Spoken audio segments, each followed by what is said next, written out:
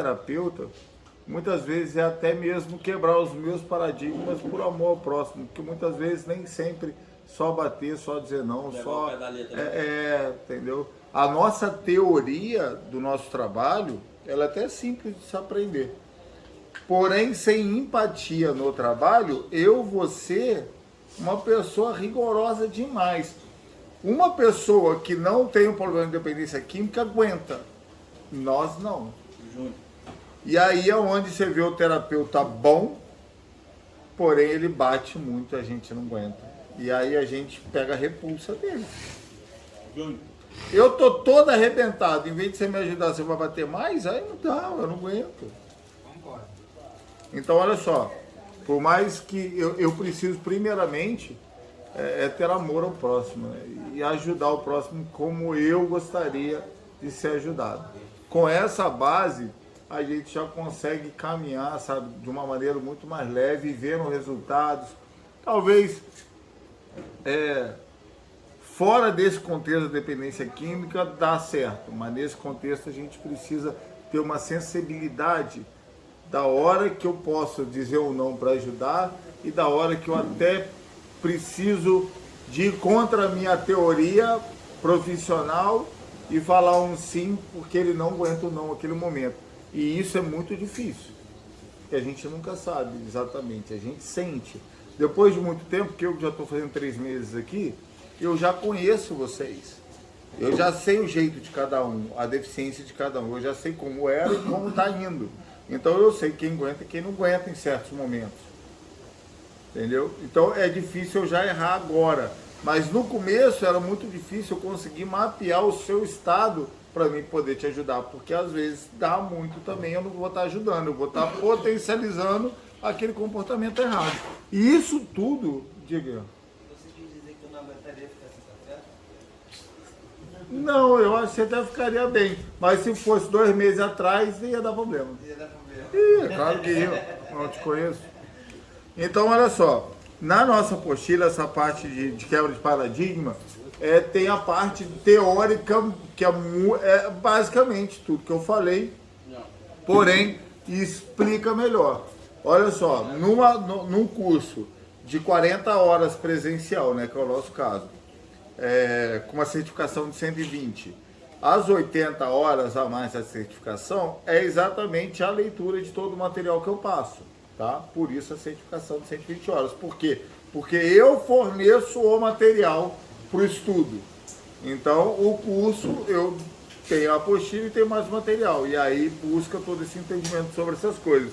Então, por mais que você tenha assistido todas as aulas, você também precisa de ler essa apostila. Aí sim você vai ter a parte teórica toda e vai criar a sua linha de raciocínio como eu criei a minha. Tá? Alguns vão se identificar com a minha e outros vão se identificar com outras situações.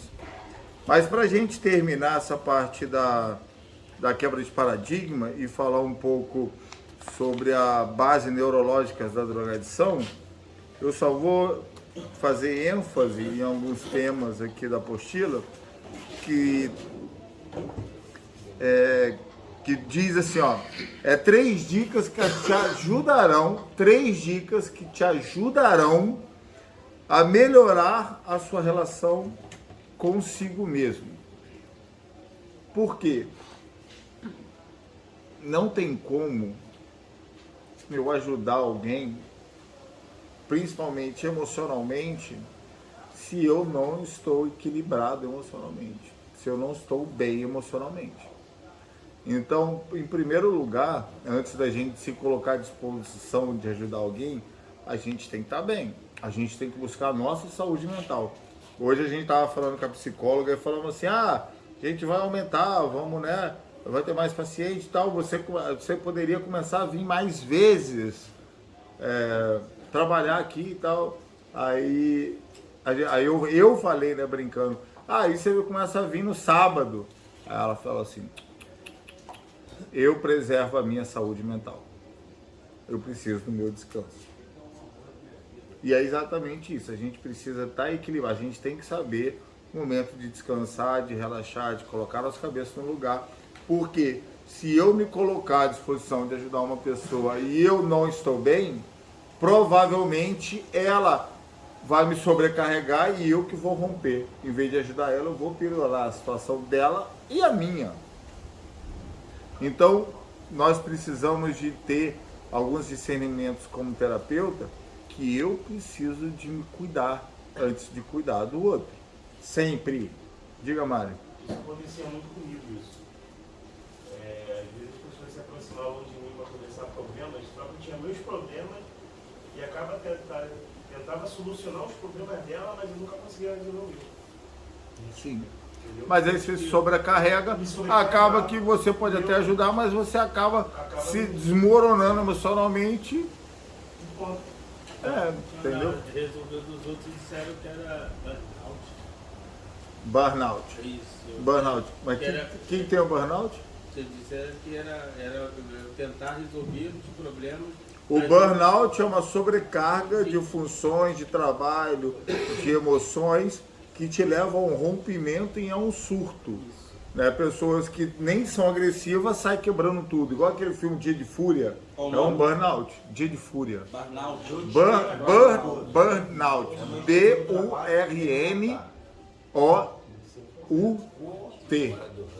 Burnout. É queimar. Queimado em inglês, né? Se queimou. O cara pirou porque se sobrecarregou. Aquela que a mulher buzina atrás dele?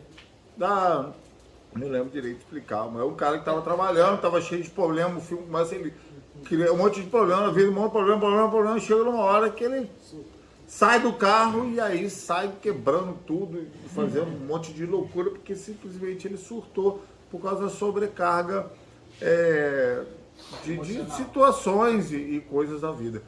Né? E a gente precisa muito, tanto como dependente químico e como profissional na área de saúde mental, a gente precisa entender momentos que eu preciso de me colocar, de buscar a minha saúde mental. Sem isso a gente não consegue ajudar ninguém, provavelmente a gente vai se prejudicar. Olha só, entendam bem, se eu não sei cuidar da minha saúde mental e eu ainda vou querer me sobrecarregar com o problema dos outros, eu vou surtar. E aí é o que acontece, muitos terapeutas surtando em comunidades, largando tudo, indo embora, jogando tudo pro alto, porque simplesmente o cara ele não cuida dele, se sobrecarrega, uma hora surta, é normal, todo mundo é assim. Então a gente precisa ter esse entendimento, tá? De saúde mental, primeiro lugar eu preciso estar bem, para me ajudar o outro. Então, 3 dicas que te ajudarão a melhorar a relação consigo mesmo. Faça as pazes com você. Sabe o que quer dizer isso? Quando você errar, cara, é normal errar.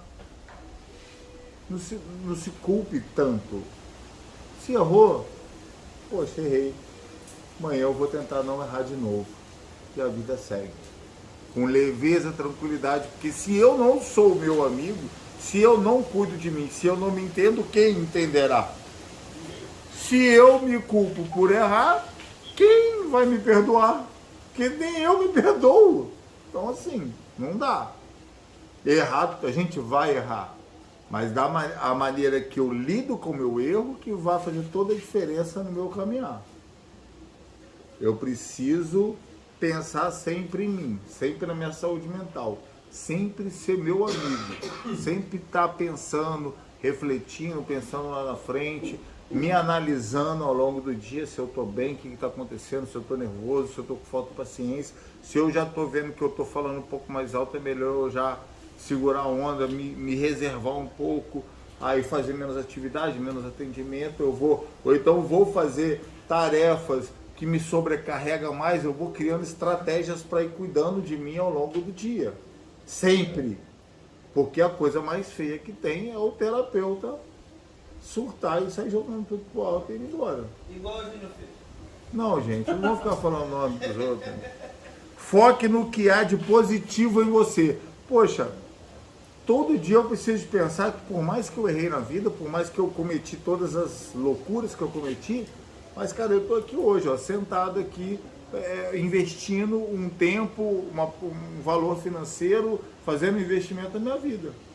Então, assim, tá, por mais que eu fiz, mas eu tô aqui, por mais que eu fiz, eu sei quem eu sou, por mais que eu fiz certas coisas, mas eu sei que não era eu naquele momento, era eu sobre uma substância, e eu me perdoo sobre aquilo, e eu sei quem eu sou, todo o meu potencial, eu sei que eu sou bom, eu sei que eu sou inteligente, eu sei que sou trabalhador, eu sei que eu sou bom marido, mas no momento da minha vida eu perdi o controle, me tornei uma pessoa que nem eu conheço, e não quero voltar a ser. Me identifico. Na hora que vem a dor, eu já cubro aquela dor com pensamentos positivos sobre a minha pessoa. Eu me perdoo porque aquele momento eu fui, mas eu sou melhor do que isso. Eu vou conseguir. Eu tenho orgulho de mim porque eu estou aqui lutando para vencer um problema que eu mesmo criei na minha vida, mas como eu mesmo criei, eu mesmo vou resolver. E aí esses pensamentos positivos é o que vai me animar e não me deixar sofrer quando provavelmente, como todo mundo, eu errar. Então, muitas vezes na nossa vida a gente começa só a pensar nos erros e no fracasso, nas frustrações. E a gente começa a entrar numa rua escura que provavelmente vai ser muito difícil de sair. Que é nessa rua escura que geralmente é a depressão. Porque a gente esquece nossos pontos positivos, potencializando os pontos negativos e nos deprimindo, entrando numa tristeza enorme. E aí, cara, de pessoas que iriam ajudar, a gente nos torna pessoas precisando de ajuda. Eu falo por mim, porque eu tive um período de depressão aqui dentro. Sim. Fiquei... Quem tirou da cama fui eu? Foi. Eu fiquei uns 8 dias de cama. Porque entra num ciclo de pensamento negativo e esquece de todo o potencial e de tudo que você é. Fiquei, o Leandro tá até presente comigo no quarto, tudo, até reclamando, eu não queria tomar banho, não queria fazer nada, entrei num estado de depressão profunda. Então, por mim, eu tive base minha. E quando eu saí, eu me reergui. Porque eu sempre tive um físico bom, sempre tive tipo assim, um desenvolvimento rápido para pegar corpo. Então, é uma coisa que eu sempre foi minha rotina, malhar, academia, essas coisas. E isso te fez bem para você sair daquela situação. Quando o Rubens me chamou para entrar na equipe, me deu um upgrade. Sim. Entendeu? Foi quando eu expandi minha mente e consegui, tipo assim, pô, tô sendo reconhecido. Aí foi quando eu me dediquei mais a ajudar o próximo, como esses dias tava dando banho auxiliando, tava ajudando ele a comer e foquei na academia, foquei em mim mesmo. Então, todas as vezes que a gente entra nessas situações de ficar pensando muito... Eu entrei na depressão. Porque você alimentou esses pensamentos negativos. Você estava desistindo de você mesmo. Qualquer um entra. Qualquer um. Basta você começar a alimentar os pensamentos negativos, começar a se martirizar, se vitimizar, começar a perder as esperanças em você. Você vai entrando nessa rua escura e na hora que vê, você pode se perder lá. E aí você vai precisar de ajuda para sair. Tenha um diálogo interno positivo e construtivo. É aquela velha história, né? Quando eu começar a ter esses pensamentos negativos, eu começar a me esforçar a reter eles, né? A bloquear eles e começar a pensar em coisas boas. Isso é normal, tá, gente? Não é só a gente.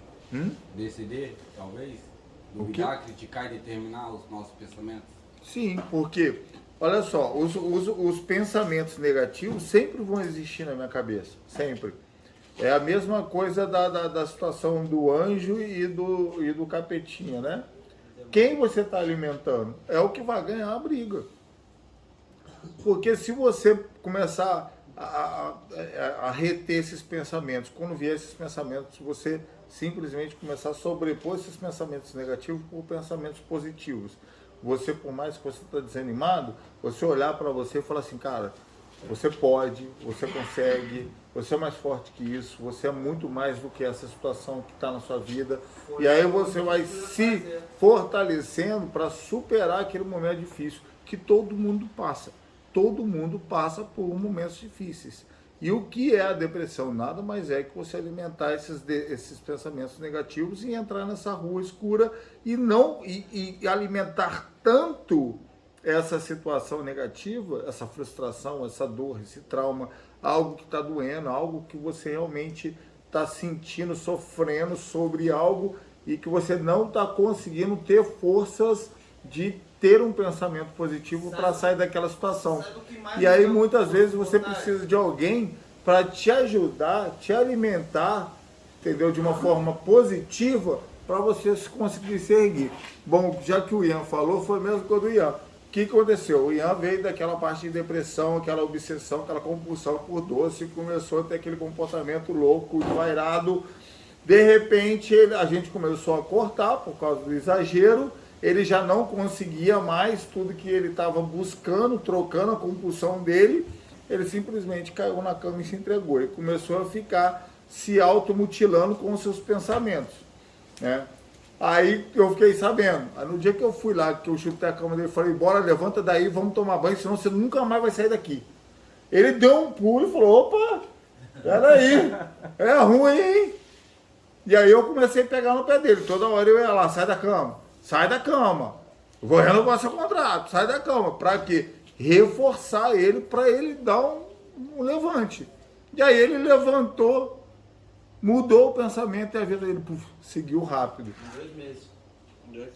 Mas em 2 semanas você progrediu muito mais do que os últimos 2 meses. Sim, mas sabe o que me fez? Entendeu? Mas é tudo uma questão de quem eu estou alimentando e o quanto eu estou buscando melhorar, tá? Mas vamos seguir aqui, senão a gente não consegue nem chegar na última matéria de hoje. Bases neurológicas da drogadição. O entendimento das bases neurológicas da drogadição continua desafiando clínicos e pesquisadores. Gente, essa matéria do quebra de paradigmas, da apostila, é muito rico da gente saber como lidar com muita coisa, tá? Depois vocês me falam. Porque explica muito sobre tudo isso que a gente falou hoje. As bases neurológicas da drogadição... Deixa eu ver a hora aqui. Tem 10 minutos. Vamos dar uma esticada aqui só para me terminar. O entendimento das bases neurológicas da drogadição continua desafiando clínicos e pesquisadores. Não é de hoje que o sistema dopaminérgico vem sendo considerado como o mais importante do que se refere ao uso abusivo de substâncias, sendo a via dopaminérgica mesocorticolímbica a mais referida. Então, essa parte dopaminérgica é a glândula lá que solta a dopamina, que é a química do prazer, que é despejada no cérebro, que é o que nós perseguimos na vida, né? O porquê que eu como doce? Porque como eu como doce, eu sinto um prazer. O prazer vem dessa substância que se chama dopamina, que é jogada na minha glândula, através de uma glândula no meu cérebro. E aí, quando eu como um doce, essa glândula joga um pouquinho de dopamina e eu, nossa, que gostoso. Como chocolate. Chocolate é brabo, né? Chocolate, você come uma barra de chocolate, você fica até que chama, nos Estados Unidos eles chamam de sugar rush. Você fica elétrico, né? Por causa da quantidade de açúcar, porque dá um prazer, né? Dá um prazer. Quando você toma café, igual eu gosto de café, eu tomo café, eu sinto um prazer.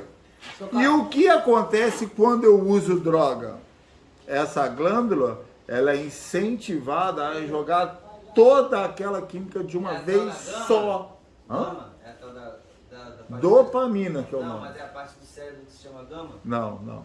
Seu Carlos, deixa eu te falar, eu tô aqui já há um tempinho, 7 meses, eu acredito que não sofro de abstinência mais, mas eu tenho essa compulsão por doce, e é um dia ou outro, não é todo dia. Então, olha só, deixa eu explicar que você vai entender. Deixa eu terminar.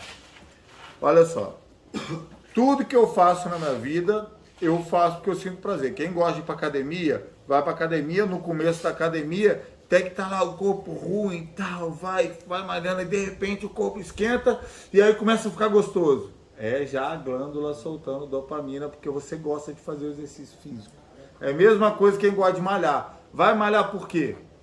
Cara, malhar, vocês sabiam que malhar no outro dia você quase morre de dor nos músculos? E você sabe o que acontece? Os caras gostam. Os caras gostam.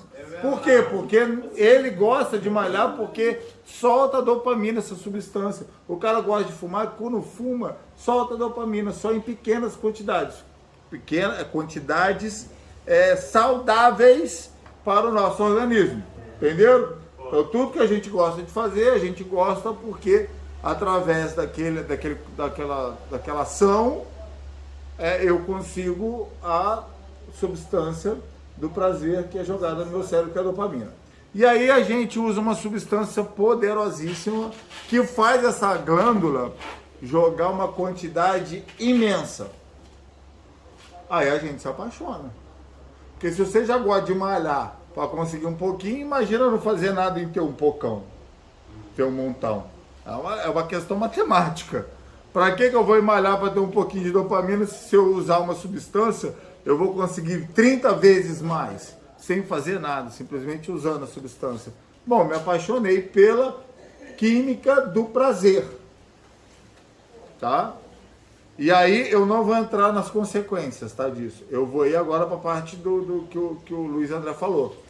E aí eu não tenho mais essa substância. Porém, certas ações me geram um pouquinho dessa química do prazer, que é a dopamina. E aí o que acontece comigo? Eu entro em compulsão nessa ação para me conseguir alcançar a quantidade de prazer que eu conseguia no uso da substância. E aí eu fico perseguindo com obsessão e compulsão dessa ação para alcançar aquele grau de prazer que nunca vai ser alcançado. Então eu entro numa compulsão de, se eu comer um doce eu ganho um pouquinho de dopamina, então eu vou comer uma caixa que talvez eu vou ficar doidão igual quando eu usava substância. No meu caso, comprando 20 E aí, paçoca. você está fazendo isso aqui porque você não tem a substância que te dá o que você está em busca. Mas isso já é considerado uma SAD, não é? Não. Isso é científico, Mas tá? já Não. é considerado SAD, não é? Não. No meu caso. Não. Isso daí é adicção ativa. Você só está sem a substância. Você continua ativamente com a adicção. Ativa. Porque você só não está usando porque não tem. Você está se alimentando usando outra substância, que é o que você tem agora no momento, compulsivamente, até você ter a sua chance de você buscar o que realmente o seu organismo está querendo. Você trocou de substância. Você está usando o que você tem. Aí, é o Luiz André que está fazendo isso racionalmente? Não, tem nada a ver. O consciente dele nem está entendendo essa obsessão pelo doce. É o consciente, o subconsciente dele que está guiando ele. Olha só, o nosso subconsciente é nosso amigo inconsequente. Quando eu me sinto mal, o meu subconsciente, ele vira pro meu consciente e diz assim, pô, cara, você tá mal? Vamos usar uma paradinha que eu sei que você gosta, aí você vai ficar bem. Aí você vai usar a paradinha, aí, ficou bem, valeu. Ele me ajudou, mas ele está me prejudicando, me levando a ficar bem através de uma substância. Quando o meu subconsciente entende que eu não tenho como conseguir aquela substância, que ele já é programado para ativar o gatilho daquela substância, né, lá fora, mas aqui não tem. E aí você come um doce e se sente um pouquinho bem. Seu subconsciente fala, não tem aquela que você gosta, mas tem isso aí que melhora um pouquinho. Então, come uns 30 desses que você vai ficar bem. Porque ele quer que você fique bem. Mas ele não mede consequências para te deixar bem. Ele usa o que você dá para ele. Vamos botar aqui um amigo cego e inconsequente. Ele não está vendo prejuízo, ele só quer te ver bem. É a mesma coisa, às vezes, você está em surto, é a mesma coisa o Arlen surtar, sair correndo e eu dar um biscoito para ele. Eu não estou ajudando, eu estou ensinando ele que toda vez que ele entrar em surto eu vou dar um biscoito. E aí ele vai entrar em todas as vezes que ele tiver fome e ele não vai pedir biscoito, ele vai sair correndo. É porque a gente usou muito essa semana sobre essa teoria do Arlen, né? Mas vocês estão entendendo? Olha só, o meu subconsciente, eu programo ele. E aí, como no caso de uma compulsão por doce aqui dentro, eu vou controlar isso para me entender que eu só estou trocando a substância. Quando aqui dentro, ou quando em qualquer lugar que eu vejo que eu estou substituindo a substância, eu falo, opa, peraí, É normal comer 30 paçoca? Não é, pô. Não é. Aí eu preciso falar, não, peraí, tem alguma coisa errada comigo. Talvez eu estou em compulsão em busca de da minha substância de prazer, porque agora, no momento, eu só consigo buscar prazer através desse produto. Porém, é porque eu não tenho como alcançar o produto que realmente eu estou sentindo saudade. Eu só estou transferindo. E aí eu preciso de interromper esse aqui também. Aí é onde eu falo sobre o controle das emoções. Essa parte neurológica da adicção é exatamente eu começar a pensar como a minha cabeça funciona. Porque a minha cabeça ela é responsiva, né? Eu programo ela e ela responde. O que você tem programado a sua cabeça para fazer? Porque você vai ter a resposta disso. Se eu, para ficar bem, eu preciso de comer 30 paçoca, meu organismo vai entender que eu preciso desse exagero, dessa quantidade de um produto que me traz um certo prazer. Quando eu botar a mão em outra coisa que eu gosto, eu vou com a mesma maneira, porque eu estou ensinando o meu cérebro, toda a minha parte neurológica, que é essa questão de sem limites, né? Essa questão de não ter um padrão normal sobre as coisas. E aí, o que eu faço? Eu morro de vontade de comer doce. Porém, eu sei que eu sou compulsivo, porque eu posso trocar, né, minha compulsão. Então, eu como um doce. Nossa, mas é impossível comer um doce. Ah, é possível sim. Basta você ter força de vontade de comer um só. Agora, deixa eu te falar uma realidade muito real, que ninguém gosta de ouvir. Se você não é capaz de controlar a vontade de comer um doce, você vai controlar a vontade de usar droga? Sinto muito, não vai. Você vai voltar a usar droga. Porque droga é muito mais gostoso. Então não se engane. Como eu consigo controlar as coisas que eu mais gosto? É através dos pequenos detalhes que eu vou começar a reprogramar a minha cabeça hoje. Se eu não consigo parar de fumar um cigarro, eu vou conseguir parar de usar o que eu mais entregava a minha vida para conquistar. Por quê? Olha só, não tô nem falando sobre não, estou só falando, sobre tabagismo não. Estou dando exemplos de ações que você pode fazer para se motivar, para te ensinar, para te reprogramar, ter autocontrole sobre a sua vida e sobre o seu querer. Porque se você é dependente de uma coisa, provavelmente você vai gerar dependência em tudo. Porque o cara que é dependente de uma coisa, ele é predisposto a ser dependente de outras, porque ele não sabe botar limite, ter controle da sua vontade. E isso não estou falando de droga nem de nada, estou falando de tudo. O cara que não tem controle, não é moderado em todas as partes da vida dele, ele abre precedente para o descontrole. Tá? Então, assim, o doce é gostoso? É, mas é gostoso comer um. Um me faz mal? Não. Ah, e é igual aquela velha história do álcool, uma taça de vinho é provado cientificamente, faz bem. Mas se você não consegue tomar uma, é melhor nem tomar. Porque você... Porém, o autocontrole não vem das coisas que mais gera prazer na nossa vida. O autocontrole vem das coisas mais simples. Então aqui dentro, para começar, para me gerar esse autocontrole na minha vida, para na hora que eu tiver momentos difíceis, eu poder falar não, eu preciso de só por hoje ir lá, como o Luiz André, dar uma paçoca, comer uma e falar assim, só por hoje eu tenho autocontrole na minha vida de não comer 30. Aí eu estou começando a programar o meu cérebro e falando pro meu subconsciente assim, quem tem o controle nessa bagunça aqui sou eu.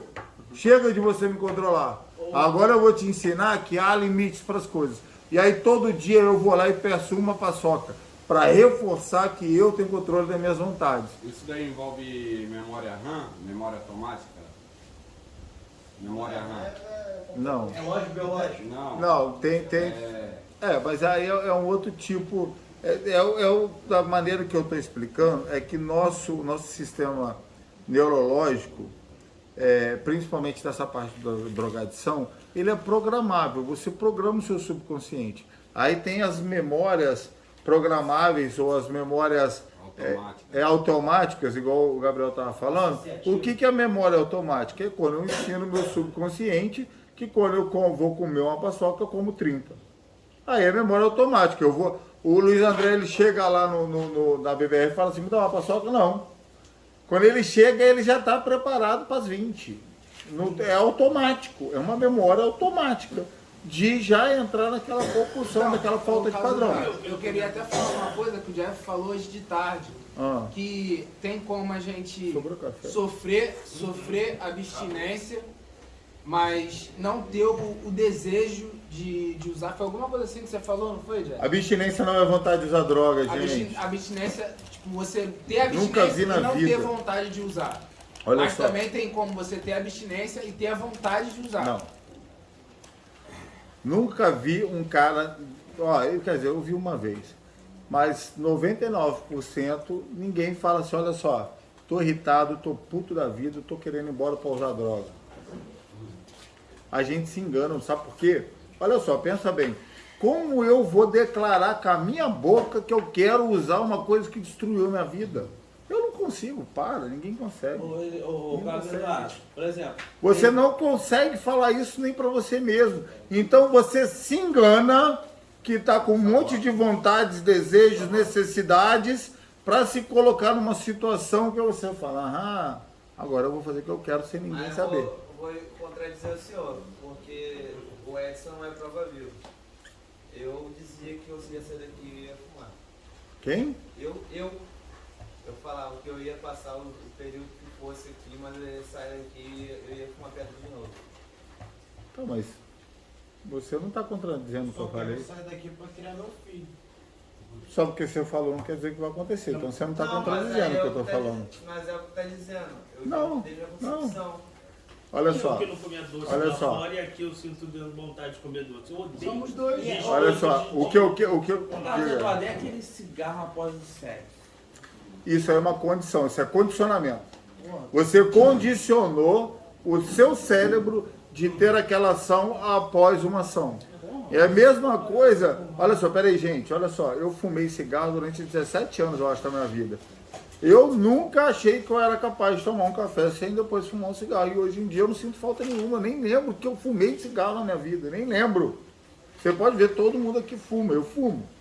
Eu compro cigarro de vocês, eu ando com cigarro do Rodrigo Rafael no bolso e eu não fumo. Então, olha só, eu era condicionado a fumar. A partir do momento que eu falei, não vou fumar mais, foi difícil mudar o comportamento. Porém, é possível reprogramar do mesmo jeito que eu programei. Como você fez? Deixa eu ter, filhão. Olha só, quem comanda, quem manda nas minhas vontades, sou eu, não é o cigarro. Agora me explica uma coisa, como vocês não têm força de vontade suficiente para evitar um hábito destrutivo que está destruindo a sua vida e acha que não vai usar o que mais a gente gostava de fazer quando estava no uso? Gente, é incoerente, não tem... Olha, é isso que ninguém entende nessa parte de neurologia da drogadição. Eu condicionei o meu cérebro que o maior prazer da minha vida é o uso de uma substância. E aí existem outros pequenos prazeres na minha vida que eu não consigo me libertar, não consigo falar não. E aí eu acho que eu me coloco numa situação prepotente de achar que aquilo eu vou falar não. E o cigarro que causa quase os mesmos danos de saúde, eu não consigo falar não. Então assim, peraí, se você não consegue falar não, ter um controle, um uso moderado para baixo, saudável, sobre uma substância, sobre um produto, e você acha que você vai conseguir falar não para o que mais você gostava de usar na vida?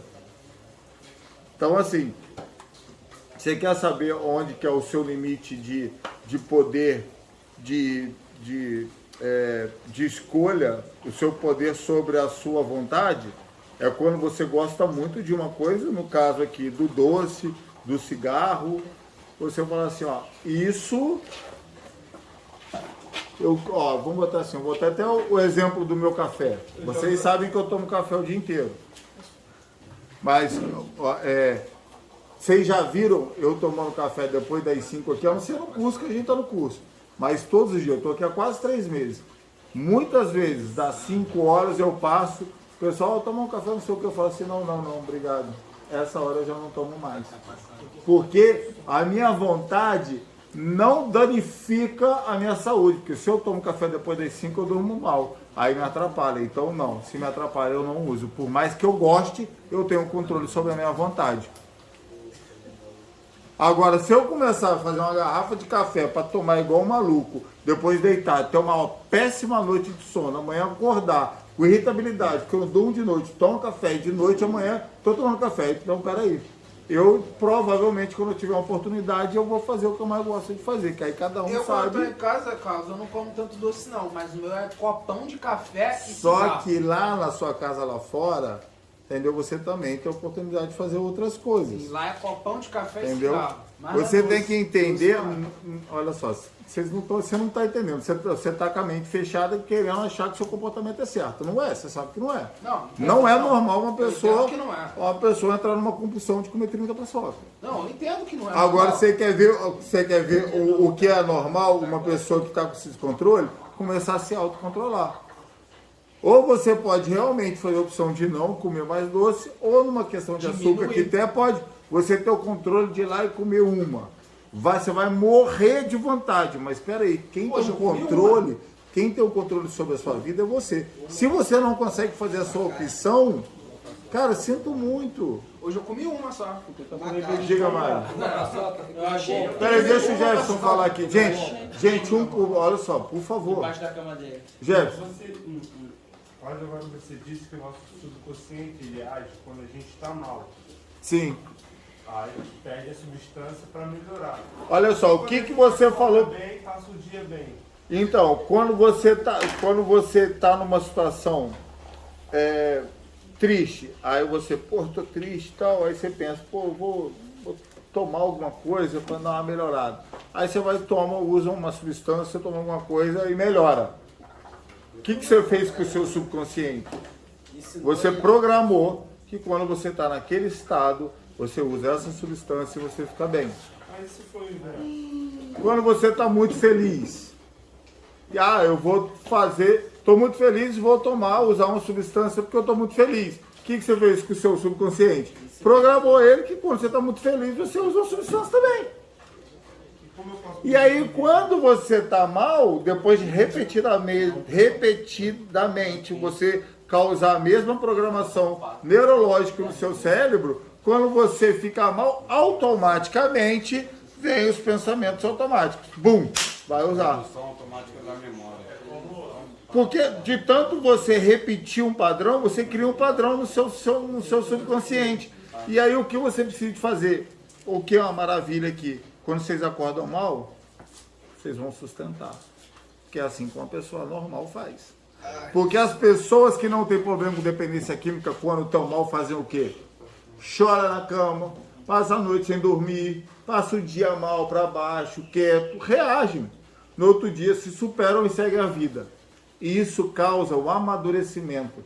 Porque o que nos amadurece é a gente viver a vida sobriamente, tanto nos momentos maus quanto nos momentos ruins. Isso que nos ensina a lidar com a vida do dia a dia. Isso que nos faz a dar valor nos dias bons. Isso que faz nos amadurecer para lidar com os dias ruins. É assim que a vida de pessoas sem o problema de dependência química é. Porque no nosso caso, quando a gente está no dia bom, a gente usa substância, adormece toda aquela sensação e não aprende nada com aquilo. E no dia mal a gente usa ainda mais. Mas quando vem aquela crise, certo medicamento?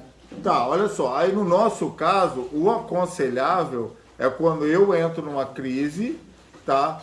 Para evitar o uso de uma substância, eu vou já me preservar. Tá? Eu sempre falo, se eu acordo mal, se eu posso, eu tomo um remédio, um banho, volto para a cama e não abro a boca, passo o dia na cama, porque eu não vou me colocar em risco. Não é meu caso, mas hoje em dia. Mas eu já fiz isso antes, tá? E deu certo para mim.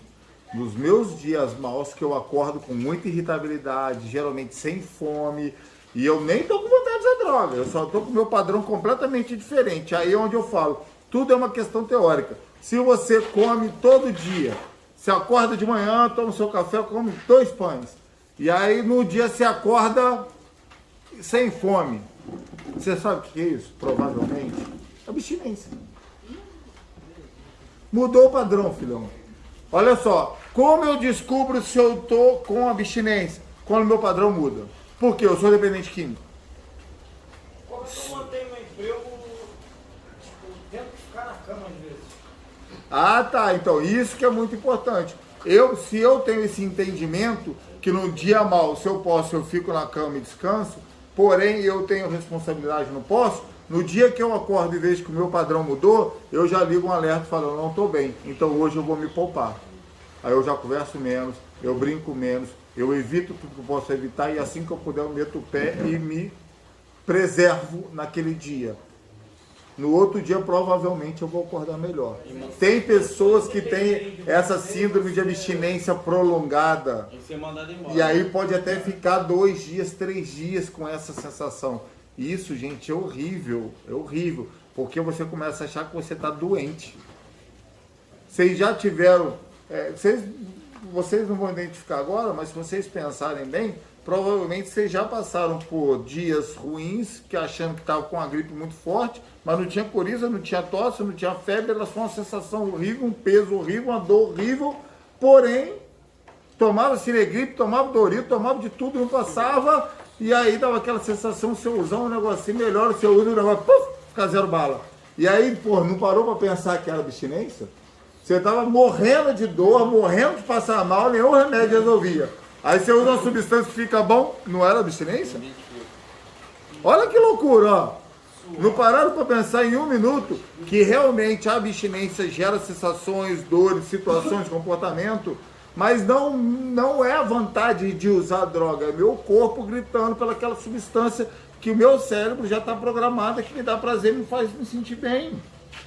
E que o corpo grita também biologicamente pela dependência de uma química. E nessa parte também entra a parte da família também, que às vezes você acorda de mau humor.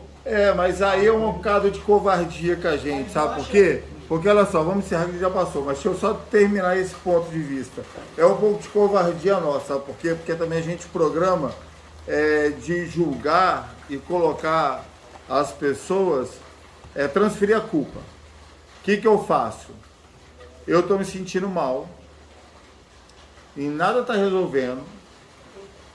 E eu falo assim, poxa, se eu ir fazer isso, vai melhorar. Porém, eu não posso assumir o que eu vou fazer. E eu também não posso simplesmente ir. Nem eu aceito o que eu quero fazer. Eu já vejo o pensamento, pô, se eu usar um negocinho, eu vou ficar melhor. Mas eu não tenho motivo de fazer isso. Minha mulher está ali, de boa, de olho em mim. Criança, tá tudo em paz. Aí eu vou e boto a toalha molhada na cama. Ô, Carlos. Aí a mulher grita, você não me deixa em paz! Você é a razão de eu aprontar na vida! Eu vou ali e já volto. E, ó, sai rindo, miserável. Sai mesmo. Isso é covardia. Isso é covardia. Eu já fiz, tá? Porque olha só, você foi lá criar uma situação para justificar a sua vontade, culpando outros para não se sentir mal do que você está indo fazer, cara. Não era isso que eu ia dizer. Que no caso você acorda de mau humor, você quer ficar sozinho. Aí você vai, aí a sua mãe chega para falar contigo, ela acha que você já está tratando ela mal e ela começa a reclamar o dia inteiro. Tá, mas olha só. Mas a gente cria gatilhos com a nossa família. Eu crio gatilhos com a minha esposa de que, quando eu estou com vontade, eu sei muito bem o que fazer, o que falar para ela brigar. E eu tenho desculpa de sair. Eu sei sim. É a mesma coisa com a minha mãe. Se eu estou mal, se eu sei a realidade da minha situação como dependente químico, e se eu estou mal, não importa o que falarem. Eu sei que eu estou mal e que eu preciso me preservar.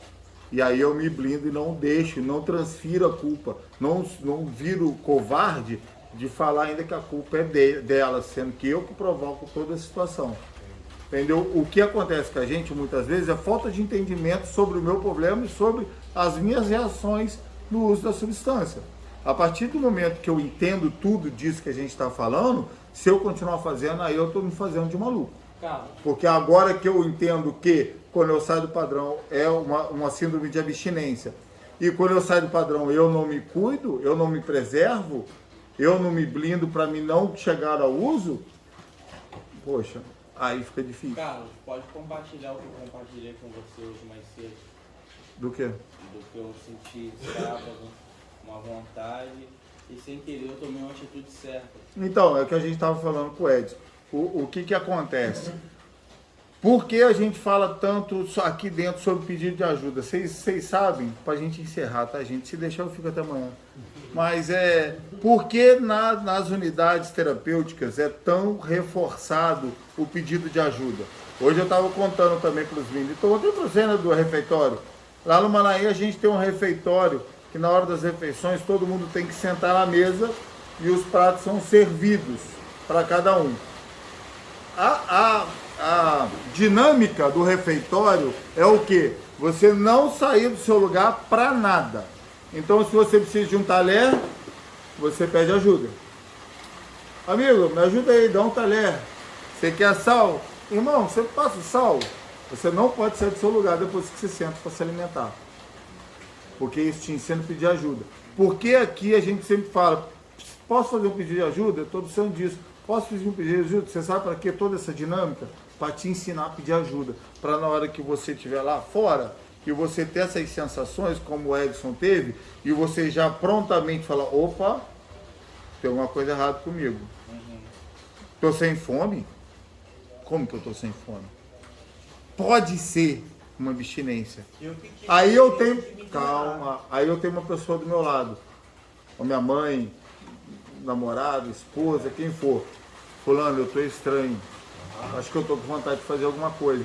Quando você pede ajuda, no seu cérebro fala assim, miserável, falei para não contar para ninguém, agora ferrou o plano. Não dá mais para ir, porque agora ela está de olho em você. Como que a gente vai?